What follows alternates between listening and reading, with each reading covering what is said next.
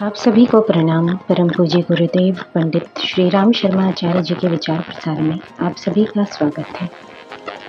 परम पूज्य गुरुदेव की आत्मकथा हमारी वसीयत और विरासत का 7वां अध्याय, ऋषि तंत्र से दुर्गम हिमालय में साक्षात्कार। नंदन वन में पहला दिन वहाँ के प्राकृतिक सौंदर्य को निहारने, उसी में परम सत्ता की झांकी देखने में निकल गया। पता ही नहीं चला कि कब सूरज ढला और रात्रि आ पहुंची। परोक्ष रूप से निर्देश मिला समीपस्थ एक निर्धारित गुफा में जाकर सोने की व्यवस्था बनाने का। लग रहा था कि प्रयोजन सोने का नहीं, सुरक्षित स्थान पर पहुंचाने का है, ताकि स्थूल शरीर पर शीत का प्रकोप न हो सके। संभावना थी कि पुनः रात्रि को गुरुदेव के दर्शन होंगे। ऐसा हुआ भी। उस रात्रि को गुफा में गुरुदेव सहसा आ पहुंचे। पूर्णिमा थी। चंद्रमा का सुनहरा प्रकाश समूचे हिमालय पर फैल रहा था। उस दिन ऐसा लगा कि हिमालय सोने का है। दूर दूर बर्फ के टुकड़े तथा बिंदु बरस रहे थे। वे ऐसा अनुभव कराते थे मानो सोना बरस रहा है। मार्गदर्शक के आ जाने से गर्मी का एक घेरा चारों ओर बन गया, अन्यथा रात्रि के समय इस विकट ठंड और हवा के झोंकों में साधारणतया निकलना संभव न होता। दुस्साहस करने पर इस वातावरण में शरीर जकड़ या ऐंठ सकता था। किसी विशेष प्रयोजन के लिए ही यह अहेतुकी कृपा हुई, ये मैंने पहले ही समझ लिया। इसलिए इस काल में जाने का कारण पूछने की आवश्यकता ही नहीं पड़ी। पीछे पीछे चल दिया। पैर जमीन से ऊपर उठते हुए चल रहे थे। आज ये जाना कि सिद्धि में ऊपर हवा में उड़ने की, अंतरिक्ष में चलने की क्यों आवश्यकता पड़ती है। उन बर्फीले ऊबड़ खाबड़ हिम खंडों पर चलना उससे कहीं अधिक कठिन था जितना कि पानी की सतह पर चलना। आज उन सिद्धियों की अच्छी परिस्थितियों में आवश्यकता भले ही न पड़े, पर उन दिनों हिमालय जैसे विकट क्षेत्रों में आवागमन की कठिनाई को समझने वालों के लिए आवश्यकता निश्चित ही पड़ती होगी। मैं गुफा में से निकलकर शीत से कांपते हुए स्वर्णिम हिमालय पर अधर ही अधर गुरुदेव के पीछे पीछे उनकी पूंछ की तरह सटा हुआ चल रहा था। आज की यात्रा का उद्देश्य पुरातन ऋषियों की तपस्थलियों का दिग्दर्शन करना था।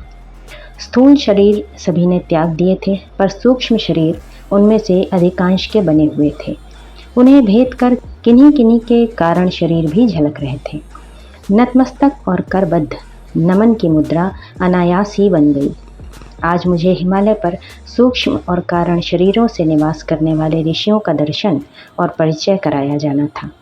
मेरे लिए आज की रात्रि जीवन भर के सौभाग्यशाली क्षणों में से सबसे अधिक महत्व की बेला थी। उत्तराखंड क्षेत्र की कुछ गुफाएं तो जब तब आते समय यात्रा के दौरान देखी थी, पर देखी वही थी जो यातायात की दृष्टि से सुलभ थी। आज जाना कि जितना देखा है उससे अनदेखा कहीं अधिक है। इनमें जो छोटी थीं वे तो वन्य पशुओं के काम आती थीं, पर जो बड़ी थीं साफ सुथरी और व्यवस्थित थीं। वे ऋषियों के सूक्ष्म शरीरों के निमित्त थीं।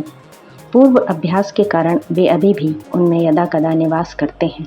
वे सभी उस दिन ध्यान मुद्रा में थे। गुरुदेव ने बताया कि वे प्रायः सदा इसी स्थिति में रहते हैं, अकारण ध्यान तोड़ते नहीं।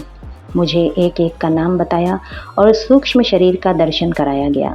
यही है संपदा, विशिष्टता और विभूति संपदा इस क्षेत्र की। गुरुदेव के साथ मेरे आगमन की बात उन सभी को पूर्व से ही विदित थी, सो हम दोनों जहाँ भी जिस जिस समय पहुँचे उनके नेत्र खुल गए। चेहरों पर हल्की मुस्कान झलकी और सिर उतना ही झुका मानो वे अभिवादन का प्रत्युत्तर दे रहे हैं। वार्तालाप किसी से कुछ नहीं हुआ। सूक्ष्म शरीर को कुछ कहना होता है तो वे बैखरी मध्यमा से नहीं, परा और पश्यंती वाणी से, कर्ण छिद्रों के माध्यम से नहीं, अंतःकरण में उठी प्रेरणाओं के रूप में कहते हैं। पर आज दर्शन मात्र प्रयोजन था, कुछ कहना सुनना नहीं था। उनकी बिरादरी में एक नया विद्यार्थी भर्ती होने आया, सो उसे जान लेने और जब जैसी सहायता करने की आवश्यकता समझें तब वैसी उपलब्ध करा देने का सूत्र जोड़ना ही उद्देश्य था।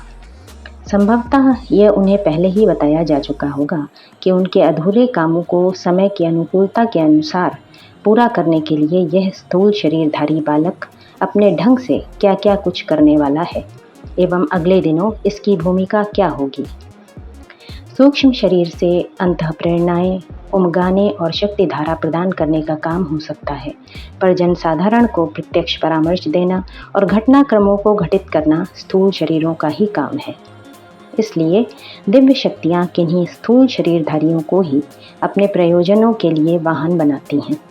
अभी तक मैं एक ही मार्गदर्शक का वाहन था, पर अब वे हिमालयवासी अन्य दिव्य आत्माएं भी अपने वाहन के काम ले सकती थीं और तदनुसार प्रेरणा, योजना एवं क्षमता प्रदान करती रह सकती थीं। गुरुदेव इसी भाववाणी में मेरा परिचय उन सबसे करा रहे थे। वे सभी बिना लोकाचार शिष्टाचार निभाए, बिना समय क्षेप किए एक संकेत में उस अनुरोध की स्वीकृति दे रहे थे। अतः आज रात्रि की दिव्य यात्रा इसी रूप में चलती रही। प्रभात होने से पूर्व ही मेरी स्थूल काया को निर्धारित गुफा में छोड़कर अपने स्थान को वापस चले गए। आज ऋषिलोक का पहली बार दर्शन हुआ। हिमालय के विभिन्न क्षेत्रों, देवालय, सरोवरों, सरिताओं का दर्शन तो यात्रा काल में पहले से भी होता रहा, पर उस प्रदेश को ऋषि निवास का देवात्मा भी मानते रहे हैं। पर इससे पहले ये विदित न था कि किस ऋषि का किस भूमि से लगाव है। ये आज पहली बार देखा और अंतिम बार भी। वापस छोड़ते समय मार्गदर्शक ने कह दिया कि इनके साथ अपनी ओर से संपर्क साधने का प्रयत्न मत करना, उनके कार्य में बाधा मत डालना। यदि किसी को कुछ निर्देशन करना होगा तो वे स्वयं ही करेंगे। हमारे साथ भी तो तुम्हारा यही अनुबंध है कि अपनी ओर से द्वार नहीं खटखटाओगे।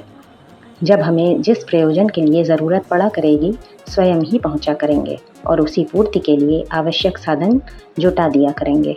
यही बात आगे से तुम उन ऋषियों के संबंध में भी समझ सकते हो, जिनके की दर्शन प्रयोजनवश तुम्हें आज कराए गए हैं। इस दर्शन को कौतूहल भर मत मानना, वरन समझना कि हमारा अकेला ही निर्देश तुम्हारे लिए सीमित नहीं रहा। ये महाभाग भी उसी प्रकार अपने सभी प्रयोजन पूरा कराते रहेंगे जो स्थूल शरीर के अभाव में स्वयं नहीं कर सकते। जन संपर्क प्रायः तुम्हारे जैसे सत्पात्रों, वाहनों के माध्यम से कराने की ही परंपरा रही है। आगे से तुम इनके निर्देशनों को भी हमारे आदेश की तरह ही शिरोधार्य करना और जो कहा जाए सो करने के लिए जुट पड़ना। मैं स्वीकृति सूचक संकेत के अतिरिक्त और कहता ही क्या। वे अंतर्धान हो गए। हमारी वसीयत और विरासत, पृष्ठ संख्या 48 से 49। आप सभी को अपना बहुमूल्य समय देने के लिए हृदय से आभार एवं अनगिनत धन्यवाद। सादर प्रणाम।